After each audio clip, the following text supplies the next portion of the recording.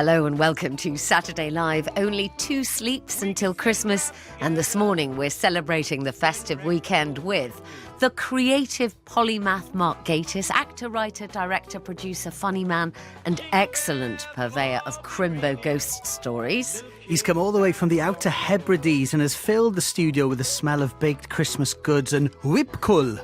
That's Shetland eggnog. Did I get that right? Did. OK, the Hebridean baker Caniwch MacLeod is with us. And illustrator Lucy Clare has drawn a few of the things we all need this Christmas. They include a gingerbread house for safety, a candy cane for comfort, and a snow globe of joy, and illustrations of you and I. Yes, and we'll have the Christmas fairy and hugge personified Sandy Toksvig's inheritance tracks.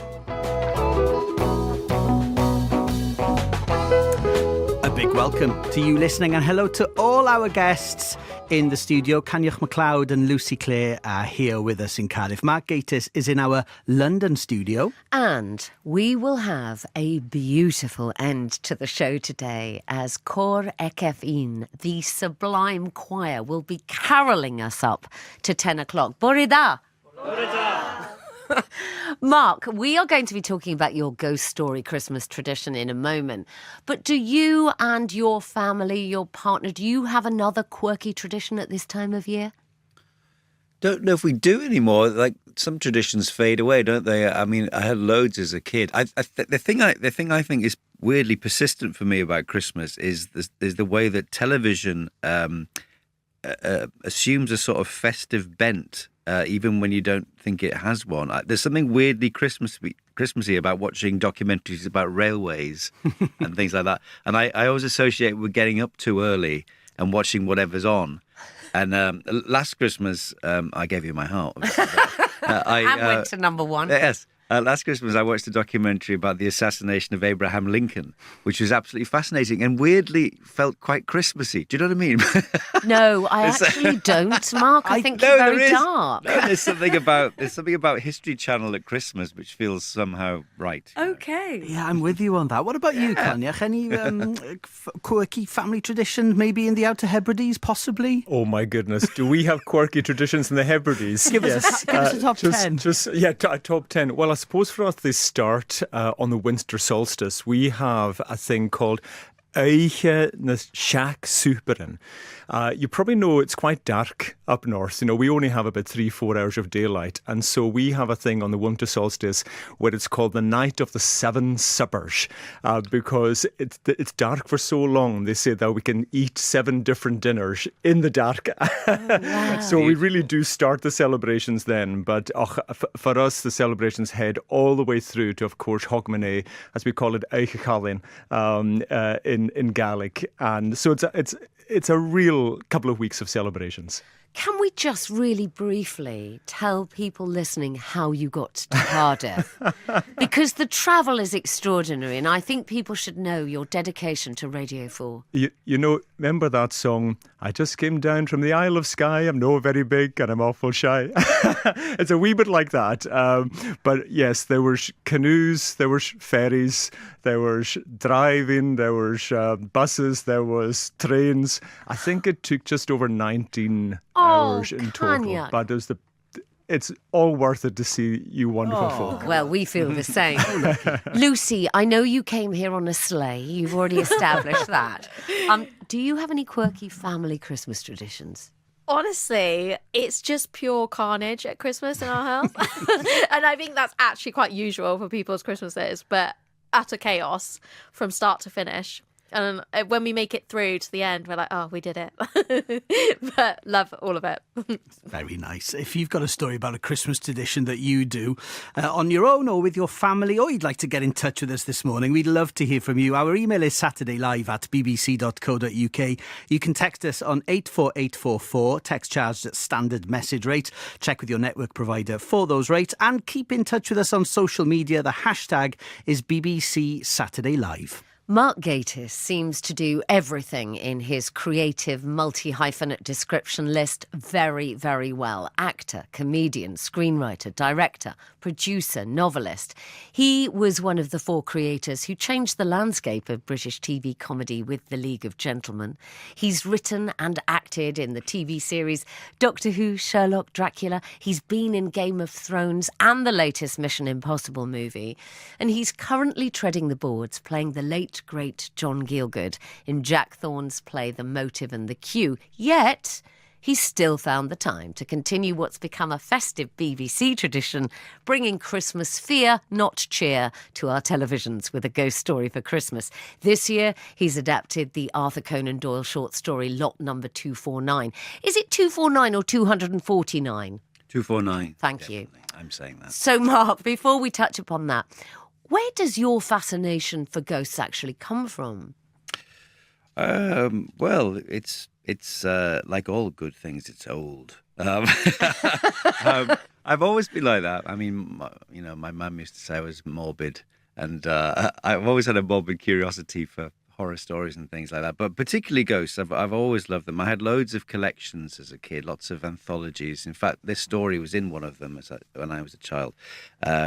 There was a series of books, the Fontana Book of Ghost Stories, and there was the cover of one of them, I think the 13th appropriately, was so frightening I couldn't look at it. I had to turn it the other way around. But I've always loved horror stories, and particularly ghost stories. They've always done something for me. What was that cover then? Oh, it's a ghoul sitting on a grave. Oh. I'll send it to you later. Oh, thanks. It's genuinely terrifying. You actually began writing as a child, not just reading, and you won a competition when you were under 10 years old. I'm interested to know what influenced you at that point. Was it things like ghosts and ghouls? Yes, although someone found that recently. What, the competition? Yeah, it was about noise pollution, and someone found it in a records office or something in Darlington, near where I'm from, and that's what sort of got me started off, really. But yes, I mean, I was very influenced by all those stories, Doyle particularly, because I was obsessed with Sherlock Holmes and M.R. James, and I just love them, and there's something brilliant about that form, I think, the British tradition of the ghost story. Well, you've said that this ghost story for Christmas, Lot Number 249, takes in empire and its limits, homoeroticism, and what lurks inside the Victorian male psyche. Is that all in the source material? And all in half an hour. It is, genuinely it is. It's a very interesting story. I mean, Doyle is a very different writer to M.R. James. He's much more muscular and sort of straight, as it were. But as a result of that, there's an awful lot of stuff going on, and it's not too far below the surface. Kit Harington plays.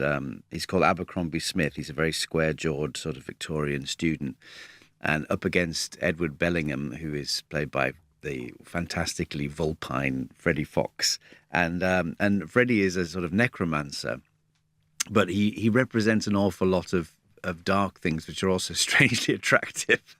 And I think there's something lurking inside the mummy's sarcophagus, which is not just a bandaged Egyptian, if you know what I mean. What is it then? Well, it's the subtext of Victorian homoeroticism. I got it. Really is. It really is. Yeah. So from the Victorian male psyche to Mark Gatiss's teenage one, is it true that you wore a badge as a teenager saying gentleness is strength? I did. What a fool I was. So what did that mean to you then? Oh, I don't know. I was a floppy-haired idiot. Of course I was. I remember wearing it on my pilgrimage to the grave of Aubrey Beardsley when I was about 19. I went to Menton, in the south of France, to visit his grave because he was my great hero, as he was to all etiolated youths, and probably still is. Yes, I did. Gosh, I was going to use a stronger word, but it's Saturday morning. Yes, thank you for that, and it's Christmas. Your husband Ian said of you in the Times earlier this year, "I've never seen Mark have an argument with anyone. He's unfailingly polite to the point of diffidence." I really need to know how you don't have an argument with people. people. How does anyone not have an I've argument? never. Did he say that? I'm not Yes, sure. he did. I'm going to have a row with him about that. I don't know. I mean, it's probably a mistake because I end up then sort of swallowing things which I should get out really. But I don't know. I think my maxim is work hard, be kind, and I think in a way that's to me the meaning of life. It's the company I'm in at the moment. At the Noel Coward Theatre, we have such a good time. We're doing this big, great play, having a fantastic time, and I think it's just incredibly important to set the right tone, and for everyone to enjoy themselves. And I hate. I tell you what, the thing I really genuinely hate, and I've been very lucky to avoid a lot in my life, is any kind of office politics. Listen to that. That was a big. Yes. When I come up against that sort of petty fogging thing, it really gets me down because I just think life's too short, really, isn't it? Gosh. Yeah. So let's stick with the play for a moment because you've had a lifelong admiration for the late great Sir John Gielgud. You're currently playing him on stage to great acclaim. What was the key to unlocking his essence for you as an actor? Well, I've been doing him since I was a child, really. So it's the voice always, I think, and particularly with Gielgud because he is so famous for it. And he has this sort of he has this downward fall in his voice, which is very clear. And I wrote to him when in 1993. I got a postcard back, which I've still got, about the film director James Whale, who we knew slightly in the 1920s, and he said. I met him once at Robert Harris's house. He had side whiskers and elastic-sided boots, but I knew nothing of his private life. Oh wow! And it has this sort of downward fall to it, which is a very easy way into it for me. And I found that that's the key to him, really. But also, I watched hundreds of hours of things. I actually spent my day off on Sunday watching Olivier's funeral on YouTube, the memorial service, which it sounds shadier than it was. I wasn't watching it as Gielgud, rubbing my hands, but it was such a fascinating thing to see. All those wonderful actors from 30 years ago, most of whom have now gone, celebrating Olivier's life. And then Gielgud stands up and does Death, Where Is Thy Sting?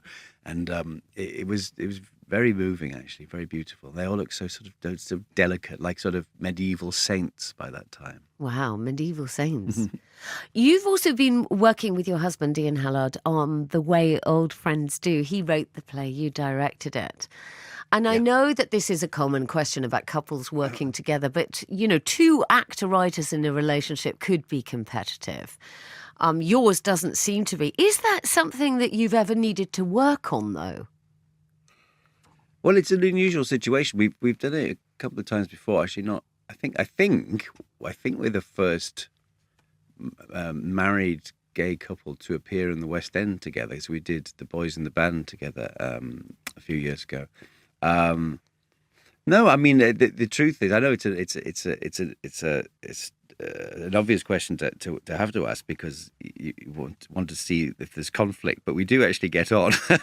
But obviously, in a work situation, it can be different. But I think the big thing with this one was there was a point where I needed to sort of switch off, and of course, if I was just directing someone else's play, I'd be able to come home and sort of close the door. And that was harder. So I sometimes had to say, I don't want to talk about it tonight. Can we just have a break from it?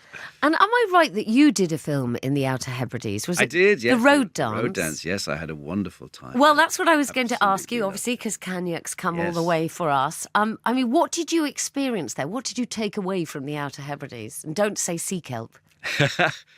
Well, I did the film during the second lockdown, and so I sort of escaped to the Outer Hebrides. So that was in itself amazing. We did it under COVID conditions, but I think there were only 6 cases on the island, so it was almost like normal. And I've got such a fondness for anything in the kind of the magical isles, as it were, things like Powell and Pressburger's "I Know Where I'm Going" and "Whiskey Galore." That's how it is in my head, and it sort of was. I mean, it was. I thought it was magical. There are 19 seasons in a day. It was fantastically bleak and fantastically beautiful. The people were absolutely wonderful. I just found it absolutely charming. I really did. I really loved it. One of my fondest memories is my driver on the film was called Murdo, and he asked me one day if he could take a photograph for the local paper, and I said sure. And he turned up the next day with this little old camera, like from the 70s, and he just clicked. And I said, "Do you want another one?" He went, "No, that's fine." He literally took a photo for the paper. This is exactly what I wanted it to be. I think that's my cousin you're talking about, Mark, actually. It is. And I mean, it's a great movie, and I really enjoyed watching Mark. And you spent a lot of time at the Black House Village at Gyaranen, which That's right, was yes. the kind of where you were based. And isn't that so special? Oh, it was amazing. It's the last one, isn't it, I think, of the original style of village, but it's right by the sea. And it was supposed to be set in August. I think it was November we were shooting. And I remember distinctly, the sky just bruises. And we were in the middle of filming the dancing, and someone just went, "Get inside." And the rain just came from the sea. It was absolutely extraordinary. But everything I wanted it to be, you know. So how does filming something like The Road Dance compare with Mission Impossible? By the way, can you retire on the money you've been paid for Mission Impossible? Not quite, but Simply. I got a cake from Tom the other day. You know, he sends cakes to people at No, Christmas. I didn't know that. Very How would exciting. I know that? Everyone knows that. It's very exciting. What sort of cake? It was it went off actually. Oh. It was a cream, some sort of cream cake. But last year, because I got one, and it was about this time of year, obviously, and the doorbell rang. And it was delivery man, and because it says on the label with the compliments of Tom Cruise or something, and the delivery man just went, "It's from Tom Cruise." It was absolutely made up. I think it made his Christmas. No, I can't. How does it contrast? Well, it's very different.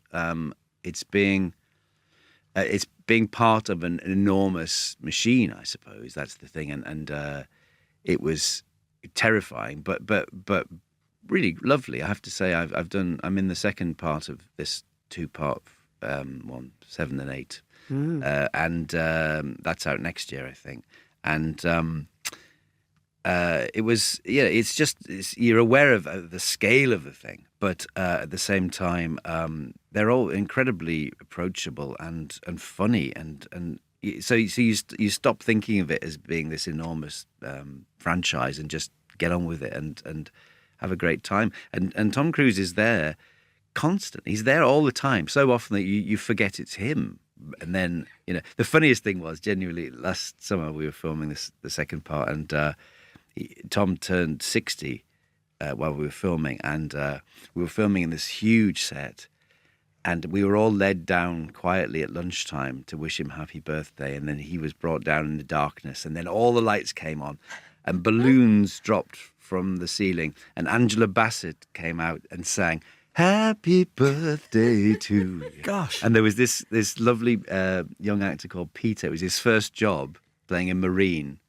And his eyes were like saucers, and I turned to him and said, "It's not always like this," you know, because it was the most Hollywood thing you could possibly imagine. How lovely. That's beautiful.